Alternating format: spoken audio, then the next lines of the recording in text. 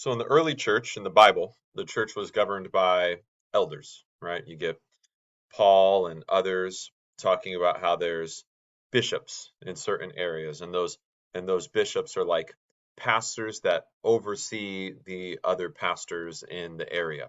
The Bible doesn't use that word, it uses like elders, right? But you can think of it as the same thing when you read Paul's instructions about elders in 1 Timothy 3 or Titus 1.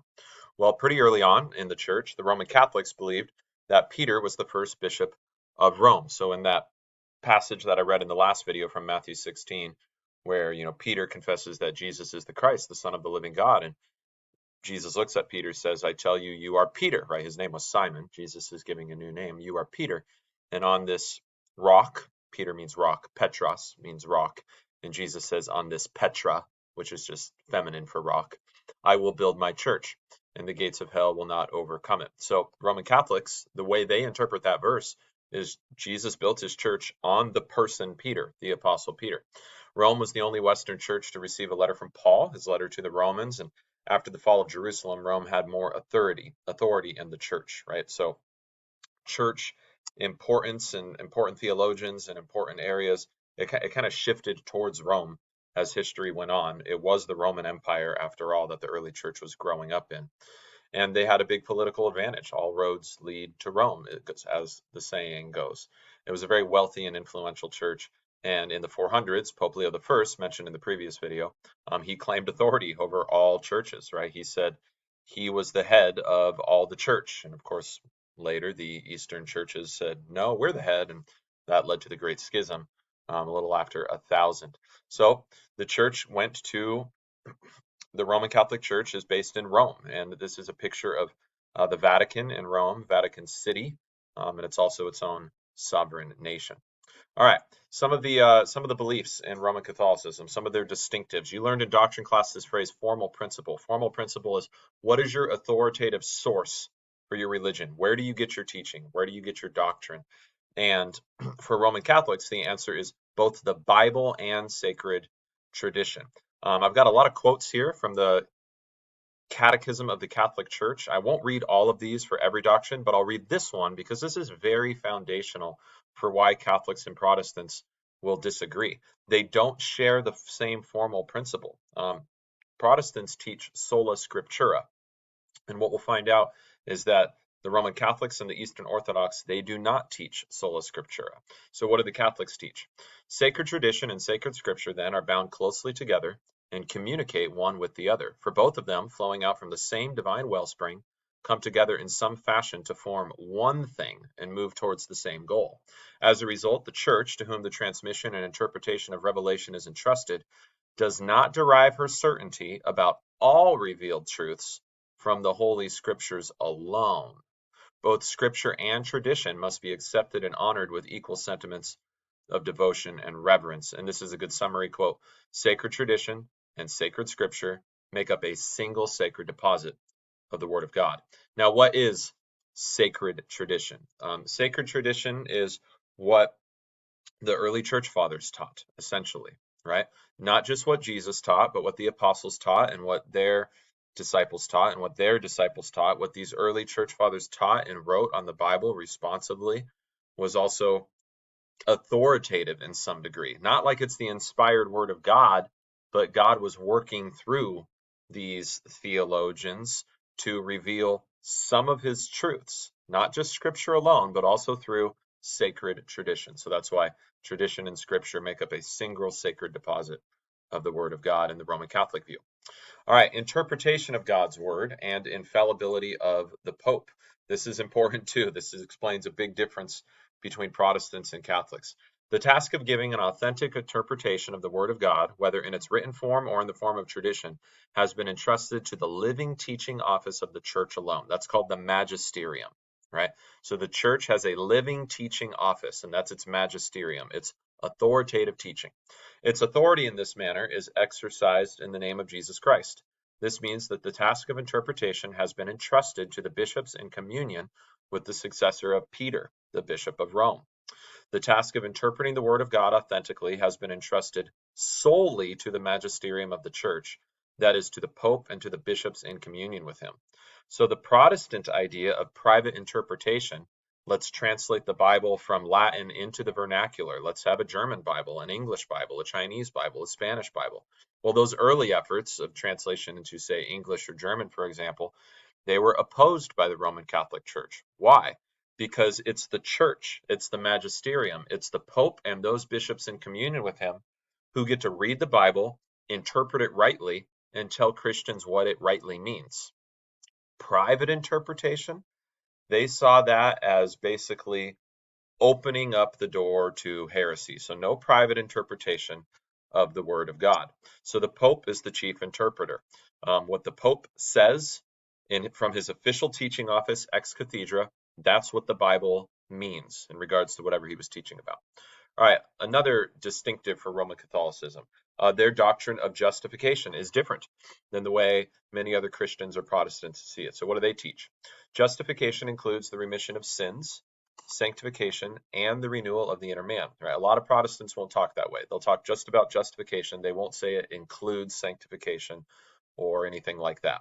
But Roman Catholics see justification as more of a categorical term that includes all three of those things.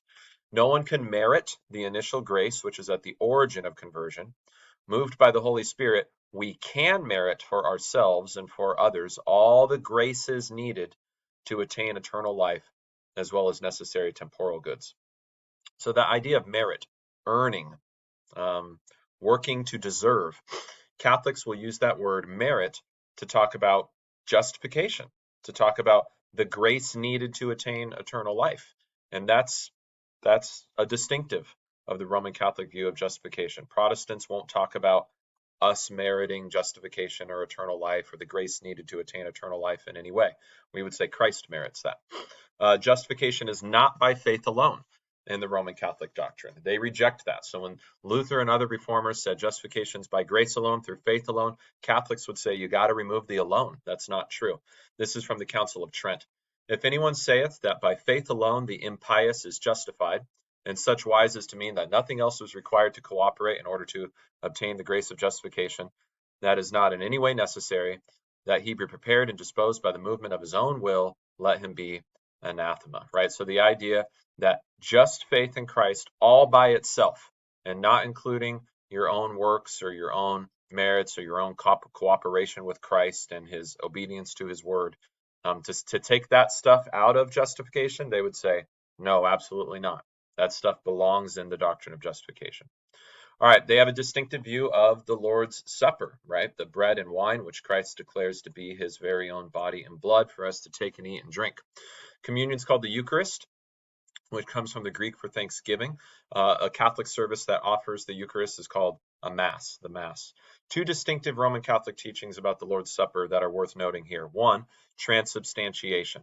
When the priest finishes consecrating the elements, the bread ceases to be bread, and its substance is changed into Christ's body, and so with the wine. So the bread stops being bread, the wine stops being wine. It is now Christ's body and blood, and it is only Christ's body and blood, while retaining the taste, touch, smell of bread and wine. That view they call transubstantiation. And then the representation of the sacrifice of Christ. It is taught that in the Lord's Supper, Christ, through the priest, is representing his bodily sacrifice in a bloodless manner. The Catechism insists this is not a re-sacrifice, although older Catholics would have worded it that way in order to avoid confusion. Modern Catholics don't, and the Catechism of the Catholic Church doesn't use that phrase. It doesn't say re-sacrifice. It says a representation. And other denominations still take issue with that idea. Protestants and Roman Catholics generally do not commune together for several reasons, but this is one of those reasons, a misunderstanding and disagreement of this idea of the representation of the sacrifice of Christ. So here it is from their own catechism. Because it is the memorial of Christ's Passover, the Eucharist is also a sacrifice. The sacrificial character of the Eucharist is manifested in the very words of institution. This is my body, which is given for you. This cup, which is poured out for you, is the new covenant in my blood. In the Eucharist, Christ gives us the very body which he gave up for us on the cross, the very blood which he poured out for many for the forgiveness of sins. A lot of Lutherans would probably agree with that. The Eucharist is thus a sacrifice. Lutherans don't talk that way because it represents or makes present the sacrifice of the cross. And I'll skip this next one. I'll leave it there if you want to pause and read it for a moment. All right. Roman Catholics also make a distinction between, lesser sins, greater sins. John in his letter uses this phrase, sin that leads to death, sin that does not lead to death.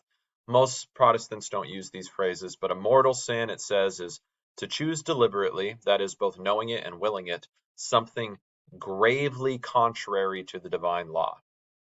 It's got to be gravely contrary to God's law and to the ultimate end of man, is to commit a mortal sin. And they say mortal sin, if unrepented of, leads to eternal death. Venial sin, if unrepented of, doesn't necessarily lead to a loss of faith and eternal death.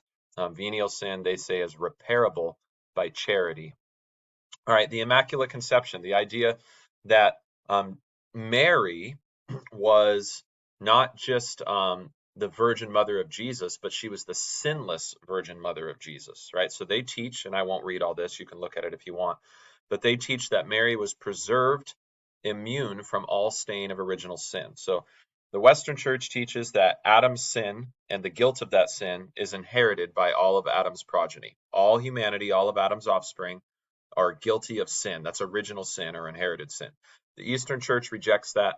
They wouldn't say we're guilty from Adam's sin. They would just say we have the consequences of Adam's sin, not the guilt, but the problems of it. But the Western Church says, no, we have original sin, inherited sin, but not Mary. Mary and Jesus are the exceptions. Mary's the exception because she's going to be the one through whom Jesus would come, and Jesus is the exception because he's God the Son and the Son of God. So they say that Mary was redeemed from the moment of her conception and preserved immune from all stain of original sin. That's the doctrine of Immaculate Conception. And you can find the hints of this doctrine by some early church fathers, for example, St. Ambrose in that quote there. They also teach the Assumption of Mary. If you read Scripture, it says the wages of sin is death. So if Mary was never a sinner, then maybe she never died, and that is what the Roman Catholic Church teaches, that Mary, without death, was just taken up, body and soul, into heavenly glory. And you can read that quote there. You get to see some more of the Mary theology in Roman Catholic theology. All right, and we'll stop there. We'll save Eastern Orthodox for another video. So those are some of the distinctives in review. There's more, but in review, they have a different formal principle than some Christians. They believe that the Bible and the Word of God the Bible and sacred tradition form one single sacred deposit. They interpret God's Word through the magisterium of the Pope and bishops in communion with the Pope. Justification is not by faith alone. We can merit for ourselves all the graces needed to eternal life. The Lord's Supper is the Eucharist, and that is celebrated in the Mass. They believe in transubstantiation and a representation of the sacrifice of Christ. Make a distinction between different kinds of sins, mortal and venial. Mary was sinless from birth, or from conception, not from birth, from conception. And because she was sinless, she never died. She was just assumed straight into heaven. So some distinctives about Roman Catholic theology.